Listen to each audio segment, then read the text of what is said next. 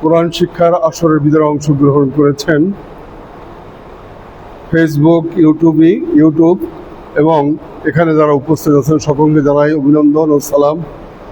আসসালামু আলাইকুম ওয়া রাহমাতুল্লাহি ওয়া বারাকাতুহু। আজকের আমাদের পরীক্ষা নেওয়ার কথা ছিল, গতকালকের ছুটি ছিল, সাপ্তাহিক ছুটি, আজকের পরীক্ষা। প্রথম প্রশ্ন, কয়টি বিষয়ের ব্যবহার জানলে কোরআন শরীফ শেখা যায়?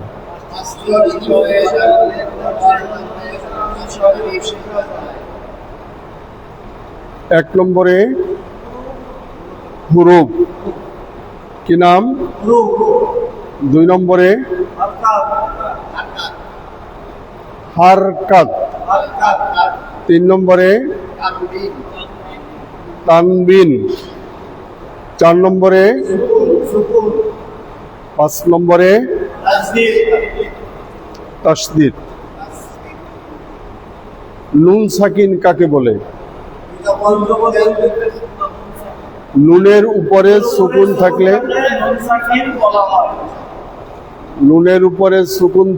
নুন সাকিন বলা হয়। দুই জবর দুই জের দুই পেশকে তানবিন বলা হয়। এই তানবিনের ভিতরে নুন সাকিন লুকিয়ে থাকে, আর যদি জাহের হয় নুন সাকিন তাহলে তো কোনো কথা নাই। তানবিন যখনই আসবে তখন আমাকে ধরে নিতে হবে মনে মনে যে এখানে নুন সাকিন আছে। এই নুন সাকিন এবং তানবিনকে চার ভাগে পড়ে। কয় ভাগে? এক নম্বরে কি? ইজাহার, কি নাম? দুই নম্বরে কলব, তিন নম্বরে ইদগাম, চার নম্বরে ইখফা। ইজাহারের কয় হরফ? এখন কি কি?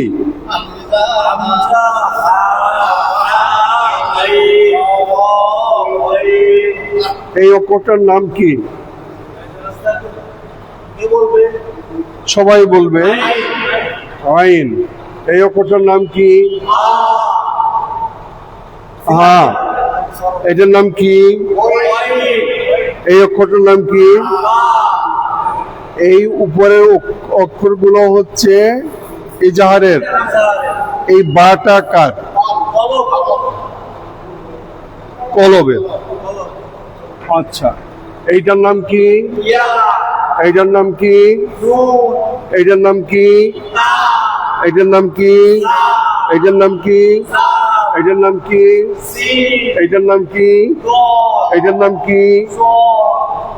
ফা। এটার নাম ফা। এটার নাম ফা। এটার নাম কফ। এটার নাম কফ। এটার নাম কাফ। এটার নাম কাফ। তাহলে ইকফার 15 হরফ কি কি? তাসা জিম দাল জাল জা সিন শিন সোয়াদ দোয়া তোয়া জোয়া ফা কফ কাফ। এই 15টা হরফ হলো কার?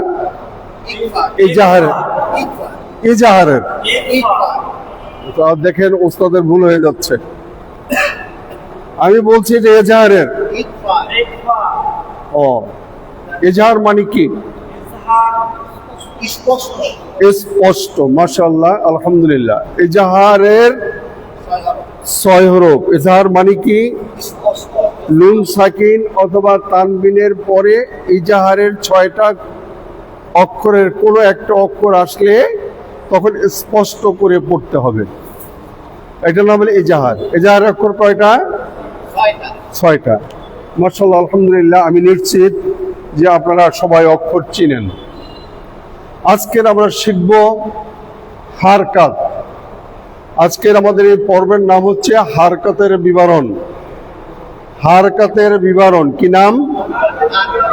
পর্ব নম্বর 1, ক। হারকাতের বিবরণ, পর্ব নম্বর 1-এর ক। 1-এর ক। আচ্ছা, তাহলে এখন দেখেন আমি কি আপনাদেরকে শেখাচ্ছি। প্রথম হলো হুরুফ। প্রথম ছিল কি? হুরুফ। হুরুফের পরে কি? হারকাত। তাহলে এইটার নাম হচ্ছে জবর। হামজার উপর একটা জবর হলে হামজা জবর আ কি হয়? হামজা জবর আ,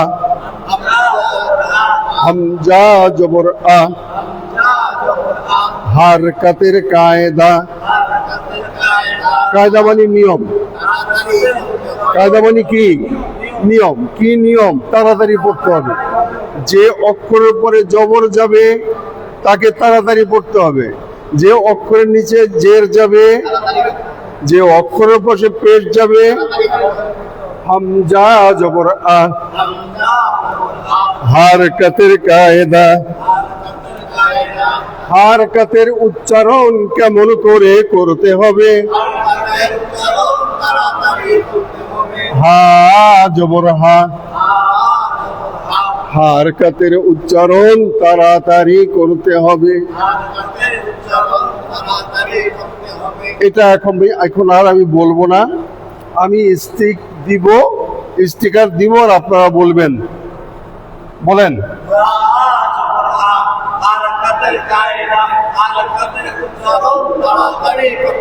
মাশাআল্লাহ মাশাআল্লাহ, খুব সুন্দর হয়েছে। আবার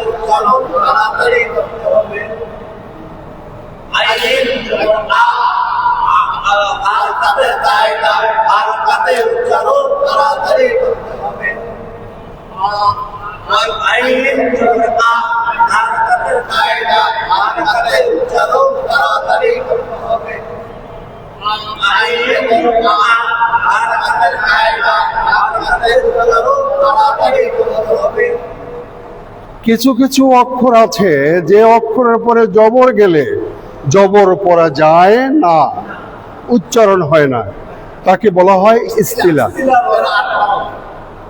কি বলে? ইস্তিলা বলে। এই ইস্তিলার ভিতরে কয়েকটা হরফ আছে, সেটা আমরা ক্রমান্বয়ে চিহ্নিত করব। এখন একটা করতেছি, খ জবর খ, হারকাতে নো, হারকাতে ইস্তিলা, মোটা করে ইস্তিলা, সব সময় মোটা হবে এই হরফটি ইস্তিলা। এটার নাম হচ্ছে, এটার নিয়ম। আমি আবার বলছি, খ জবর খ, এটার নিয়ম কি? খ জবর খ, হারকাতে ইস্তিলা। কি করে ইস্তিলা? সব সময় মোটা হবে এই হরফটি ইস্তিলা। খ জবর খ, হারকাতে ইস্তিলা। খ জবর খ, হারকাতে ইস্তিলা, মোটা করে ইস্তিলা। সব সময় মোটা হবে এই হরফটি ইস্তিলা। গইন জবর গ, তাহলে এটা কি হবে? হারকাতে ইস্তিলা, মোটা করে ইস্তিলা। সব সময় মোটা হবে এই হরফটি ইস্তিলা, সব সময়। গইন জবর গ, হারকাতে ইস্তিলা, মোটা করে ইস্তিলা, সব সময়। গইন জবর গ, হারকাতে ইস্তিলা, মোটা করে ইস্তিলা। সব সময় মোটা হবে এই হরফটি ইস্তিলা। এইখানে আমি একটা নির্দেশিকা করে রাখলাম। এই দুইটা অক্ষর কি ইস্তিলা। খ গাইন, খ গাইন, খ গাইন, ইয়া জবর ইয়া, হারকাতের কায়দা, হারকাতের উচ্চারণ দেরি করে করতে হবে। ইয়া জবর ইয়া,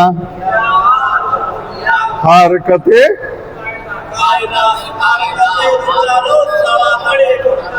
র জবর র,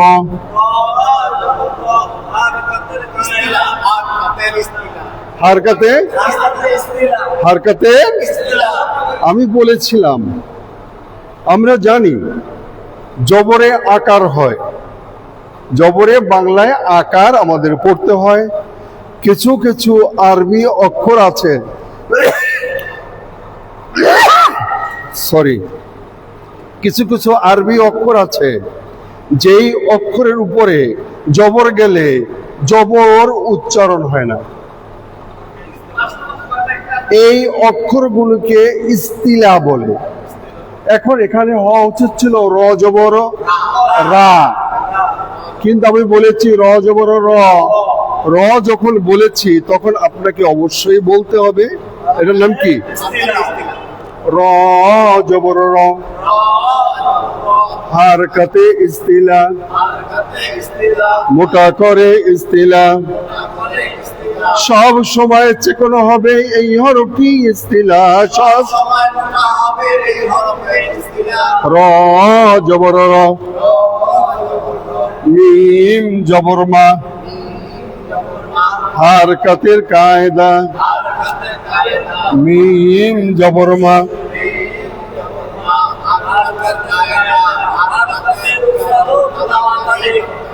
লাম জবর লা, লাম জবর লা,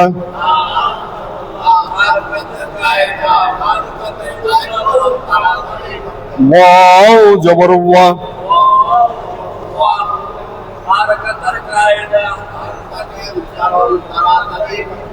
নুন জবর না,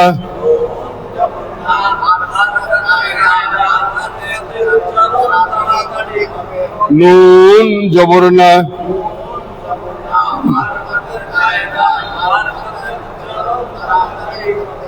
তা জবর তা,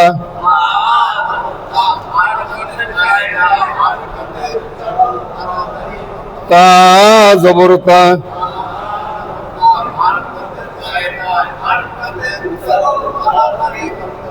তা জবর তা,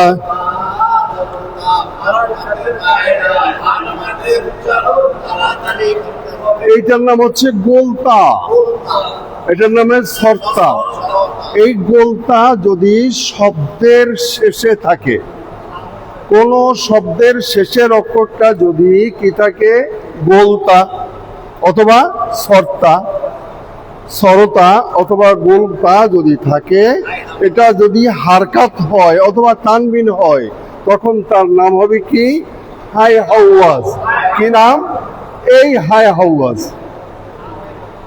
অর্থাৎ এই হাই হাওয়াজ, হাই হাওয়াজ উচ্চারণ হবে। কি হবে? হাই হাওয়াজ উচ্চারণ হবে। গোলতায় থামিলে হইয়া যায় হাই হাওয়াজ।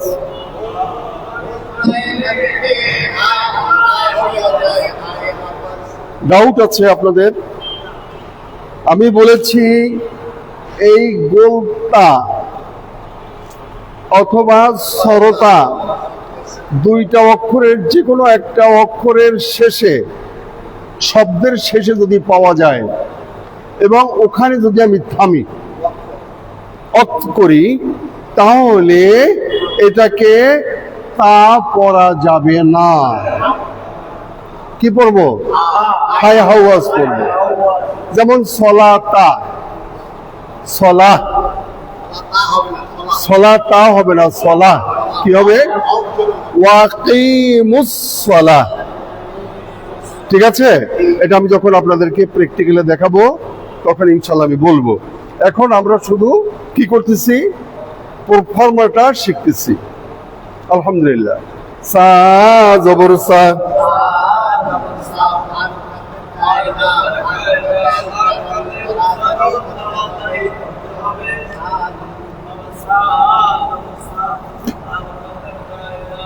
সা জবর সা, হারকাতের কায়দা হার, জিম জবর জা,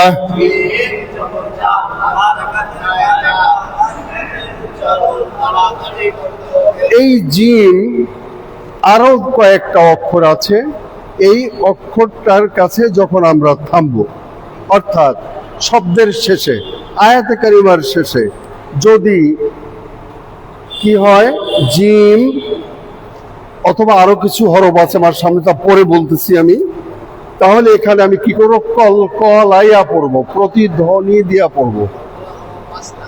আর কলকলার হরফ হচ্ছে 5টা, কি কি, বা, ত, কফ, দাল, জিম, সেগুলো এর ভিতরেই আছে, এগুলো আমরা খুঁজে বের করবো ইনশাল্লাহ।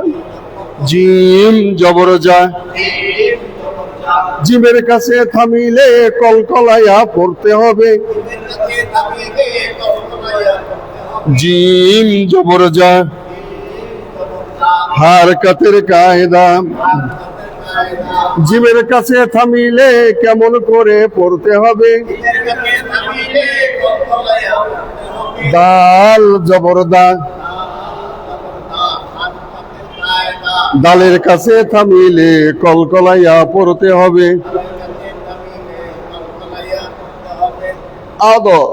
আদরাকা ওয়ামা আদরাকা মাল হুতামা, আদরাকা। আচ্ছা, সেটা আমাদের পরে এখন আসেনি, যখন আসবে তখন ইনশাল্লাহ আমি বোঝাতে চেষ্টা করব।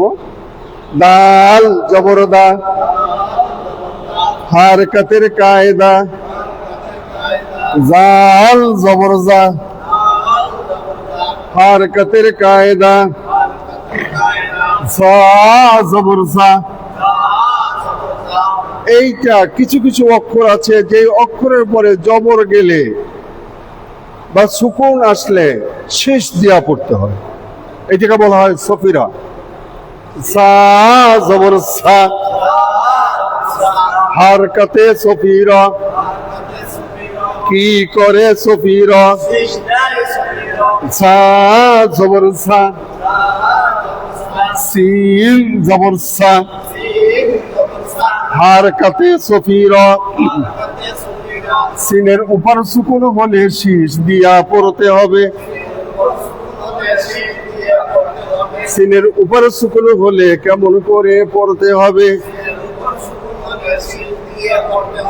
সিন, সিনের পরে সুকুন থাকলে কি করতে হবে, শেষ দিয়া পড়তে হবে। শেষ দিয়া অক্ষর আছে অনেকগুলো, যেগুলো আছে আমি পরে পর্যায়ক্রমে আমি আপনাদেরকে শিক্ষা দিব। তাহলে গেল না, আমি এখনো আমি এটাকে বলিনি, তো আমি যখন বলবো তখন আপনারা এটাকে রিসিভ করবেন। আমি না বলা পর্যন্ত আপনারা রিসিভ করার চেষ্টা করে যদি করেন তাহলে আপনারা ভুল করে ফেলবেন। আচ্ছা, সিন জবর সা, হারকাতে সফিরা, কি করে সফিরা, সা জবর সা, হারকাতে সফিরা, কি করে সফিরা, সৎ জবর স, সৎ জবর স, হারকাতে, এইখানে হারকাতে ইস্তিলা যদি থাকে তো এটা কি হবে, সৎ জবর স, বাঙালি, সৎ জবর স, হারকাতে ইস্তিলা, সৎ জবর স, হারকাতে ইস্তিলা, কি করে ইস্তিলা, দত জবর দ, হারকাতে ইস্তিলা, কি করে ইস্তিলা, জ জবর জ, হারকাতে ইস্তিলা, সোয়াদ দোয়াত তোয়া জোয়া, সোয়াদ দোয়াত, সোয়াদ দোয়াত, ত জবর ত, ত জবর ত, হারকাতে ইস্তিলা, জ জবর জ, হারকাতে ইস্তিলা, ইস্তিলার 18। হ্যাঁ, বুঝি নাই। ইস্তিলার 8 হরফ। এই 8 হরফকে কি করতে হবে? মোটা করে পড়তে হবে। কি কি দেখেন? সৎ জবর স, গত জবর গ, ত জবর ত, জ জবর জ, গইন জবর গ, খ জবর খ, র জবর র। এগুলো সব কি ইস্তিলার কয় হরফ? 8 হরফ।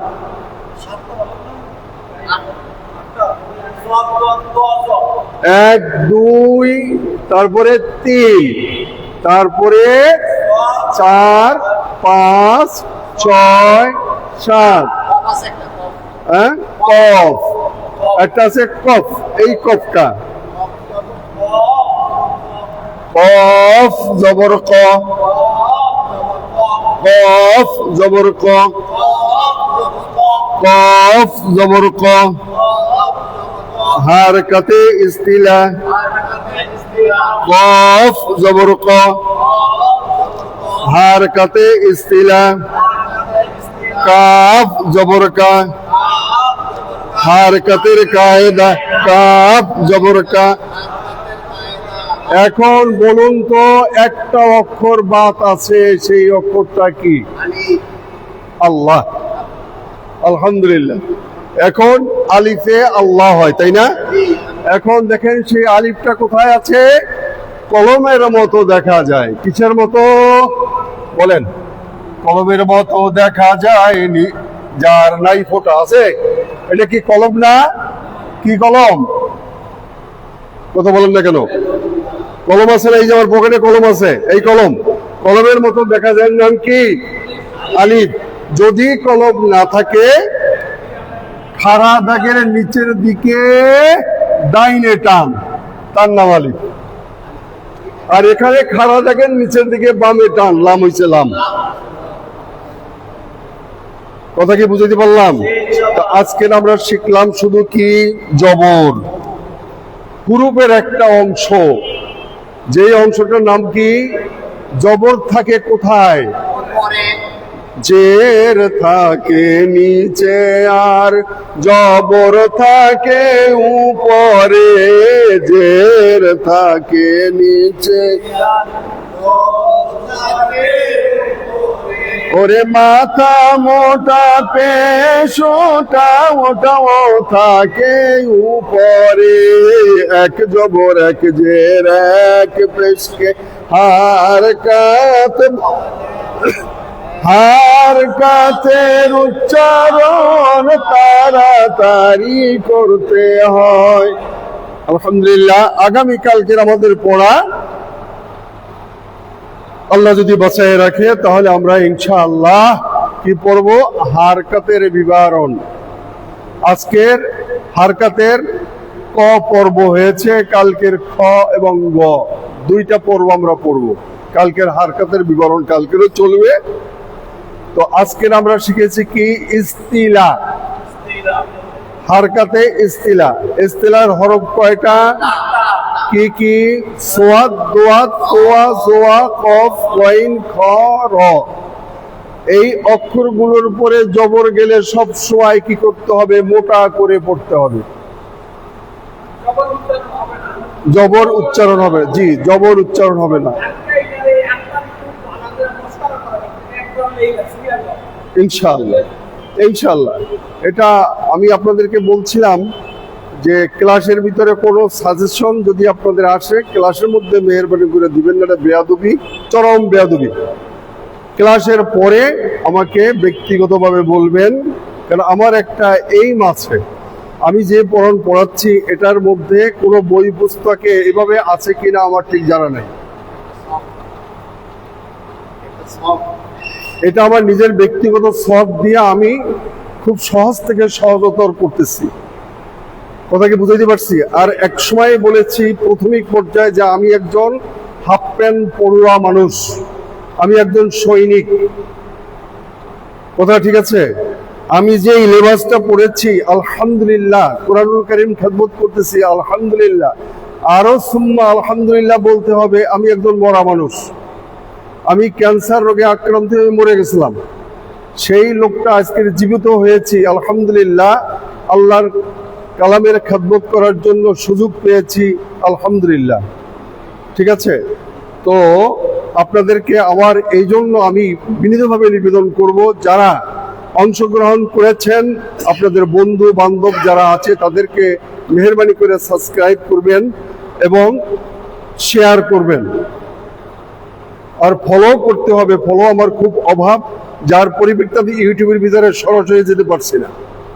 মেহেরবানি করে যদি আমাকে একটু আপনারা সাহায্য করেন, আমাকে সাহায্য করার কোনো প্রয়োজন নাই, আমি গরিব না, আমি অসহায় না, আলহামদুলিল্লাহ আমি ভালো আছি, আলহামদুলিল্লাহ সুম্মা আলহামদুলিল্লাহ আমি ভালো আছি। কিন্তু আল্লাহর কোরআনের খেদমত আপনাদের করতে হবে। কোরআনের খেদমত, আপনি কোরআনুল কারীম শিখেছেন, আপনার জন্য একটা হাদিস শরীফ স্পষ্ট ভাবে আসছে, খায়রুকুম মান তাআল্লামাল কুরআনা ওয়া আল্লামা। আপনি কোরআনুল কারীম শিখেছেন, অপরকে শিক্ষা দিবেন, শিক্ষা দেওয়ার মতো সুযোগ আপনার নেই। কিন্তু আজকের আমি দাঁড়িয়েছি, আপনারা আমাকে যদি একটু উৎসাহিত করেন, উদ্বুদ্ধ করেন, তাহলে আপনারা আমার মতো আপনারা শেয়ার করতে পারবেন ইনশাআল্লাহ আপনার এই সওয়াবের ভিতরে, এবং এই হাদিসটা আপনাদের আমলে আসবে। আল্লাহ আপনাদেরকে ফয়দাবান করুক, আপনার সাথে আমাকেও ফয়দাবান করুক, সবাই আমিন। অতএব কারণে আমি সবাইকে অনুরোধ করব, বিশেষ করে ওলামায়ে কেরামদেরকে বলবো, আপনারা মেহেরবানি করে আমাকে একটু উৎসাহিত করেন, আর আপনাদের বন্ধু বান্ধব যারা আছে সবাইকে একটু জানান।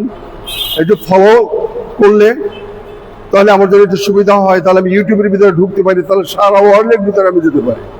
খুব স্বল্প সময়ের মধ্যে সহজ থেকে সহজতর ভাবে কোরআনুল কারীম শিক্ষা করা যায় আলহামদুলিল্লাহ। আখির দাওয়ানা আনিল হামদুলিল্লাহি রাব্বিল আলামিন, আল্লাহুম্মা আমিন।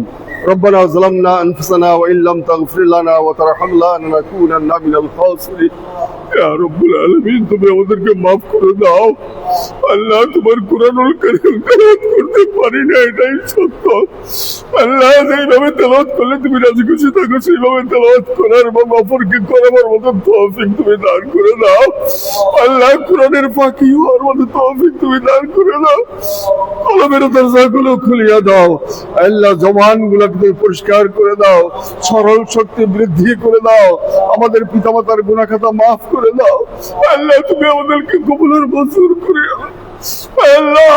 اللهم مرشدنا حياة طيبة، اللهم رب ارحمهما كما ربياني صغيرا، واحفظ امري الى الله ان الله بصير بالعباد، وصلى الله تعالى على خير خلقه محمد وآله وصحابه اجمعين। আল্লাহ সর্বশেষ তোমার কাছে ফরিয়াদ, যেই লোকের উসিলাতে তোমার বান্দা তোমার খাস ওলি আল্লাহ, আল্লাহ জামানার মুজাদ্দিদ সুলতানুল আউলিয়া ডক্টর আল্লামা হযরত মাওলানা মুহাম্মদ মনজুরুল ইসলাম সিদ্দিকী মুকদ্দাসুল আলীর উসিলাতে আল্লাহ ইস কোরআনের দাওয়াত আমি দিচ্ছি আল্লাহ, মেহেরবানি করে দয়া করে তুমি কবুল আর মঞ্জুর করিয়া নাও। ওয়া সাল্লাল্লাহু তাআলা আলা খায়রি খালকি মুহাম্মদ ওয়া আলিহি ওয়া সাহবিহি আজমাইন বিরহমাতিকা ইয়া আরহামার রাহিমিন। আসসালামু আলাইকুম ওয়া রাহমাতুল্লাহ।